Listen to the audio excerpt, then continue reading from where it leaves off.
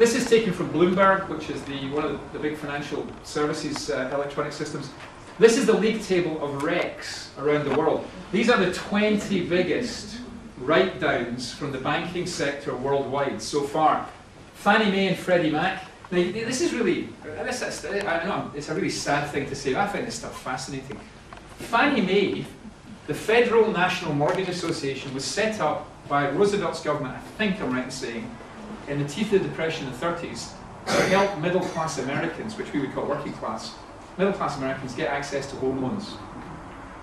And that good intention turned into a semi-regulated monster because nobody really knew if the US government would ever bail it out. It was deemed that the government would bail it out in extremis, but the promise was never explicit, and it behaved in such a way that it was completely out of control. Of course, every congressman and senator wants more lending for more homeowners in their backyard.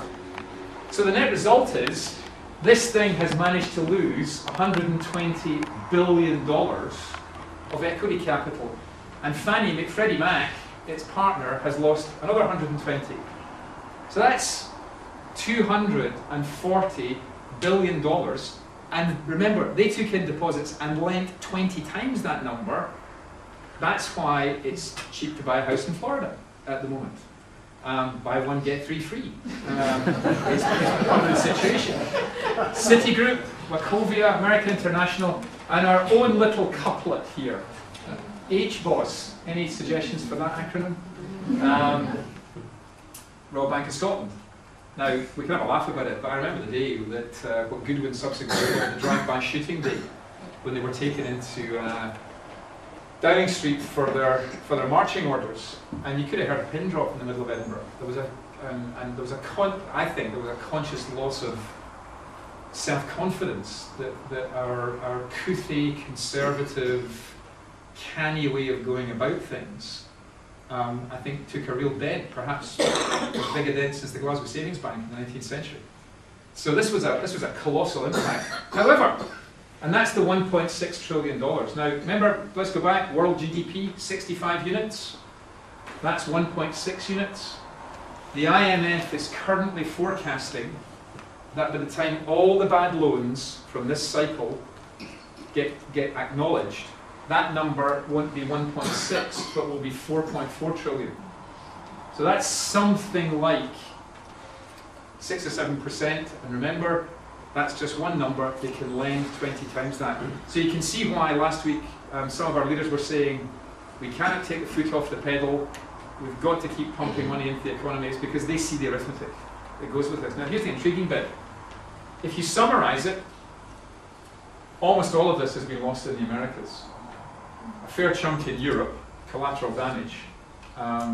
But the Irish economy and the Spanish economy, if you want, we can talk about that later, as a sort of subset of the general problem exacerbated by their membership of the euro. But down here in Asia, you can see almost nothing. And there's a debate rages as to why that's happened. And some of it is that Japan went through this 20 years ago, and the rest of Asia went through something akin to this about 12 years ago. But for those of you who are the great geopolitical forecasters and say this is the Asian century, well, there's your first step in the path by comparison. So, and this is a continuing set of problems for the Western economy. Now, this does work really clearly, and unusually, this actually came from the Financial Services Authority. I should say today I am speaking in entirely personal capacity and not on behalf of Walter Scott & Partners, which allows me to be as rancid in my criticism of the... this is about the most useful thing to come out of the FSA in the last 5 years. And what they've done is, this is global current account balances. Now, I'll put this in layman's terms in a minute. These are negative numbers down to 1.4 trillion Americano, up to 1.4. Now, what does it show? Imagine it this way. Imagine you are a country, and you're in the happy position that when you suck in raw material, whatever it is you make or do, and you sell to the outside world, the value of what you sell out is significantly greater than the cost of what you bring in. In other words, it's a simple surplus. Okay? Now, which kind of economies have those surpluses the most? Well, the obvious ones are the oil economies. Small populations, huge reserves, large production of a highly liquid asset, both literally and metaphorically, and very large cash flows when oil prices are high. The other economy, the notable one, that's very like that at the moment, is China. And I was saying to someone this morning, I was chatting to Laura McGray, who runs the Abernethy Centre up here, and saying that I can't think of any other time in the history of the world when we've had, out of 6.5 billion people, you've had 1 billion people who until 30 years ago were doing their level best to immiserate themselves under a ludicrous political ideology led by Mao Zedong. And then when they managed to get rid of him, flipped in a corner on a dime and said, let's change and join the rest of the world. And by the way, look how successful those Chinese societies are in Hong Kong and in Singapore and the expat Chinese community all around the world. Let's just copy them instead of this lunacy we've been trying at home. And bam! They join the world economy. So that every one of you, I suspect more grandparents than parents, when you come to buy the Christmas toys, the Christmas presents made in China, has been the dominant feature. Well, China's no longer selling plastic moulding, it's now selling high value added electronics and engineered goods. It's moved right up the value chain. But the Chinese government, and this is pretty technical, which is a rough translation for I don't really understand it, so I'll try and explain it in simple terms. But what the Chinese government chose not to do is, in generating the colossal surpluses that it has produced, it has declined to allow all of that money to flow into the Chinese economy. So the Chinese nationals and companies may not hold dollars. So what they've done is they have taken those dollars, held them in the central bank. The people who've received them, they've paid them renminbi, Chinese currency, so they hold dollars. And the question is, what did they do with those dollars? Now, these surpluses have run along. This is going to 1993. This is 2008. These surpluses have been modest at under 200 billion, but you can see how they've skyrocketed in the last few years, up towards $1 trillion. So a 1 unit out of 65. Now just think about that. The surplus in OPEC, which is this bit, that's the oil price rising. You can do it as the oil price rose, they got more money. And China's surplus, about 1 unit, the surplus is the result of all the export, net of all the import. And that surplus is rising to be about 2% of world GDP. That's a big number. And where's it going to go? Well, conveniently, America and us and some other countries went on a borrowing binge. Let me put this as plain as I can. For 30 years, US interest rates went down and down and down. And the economy in that 30-year period has not had a truly crippling recession until now.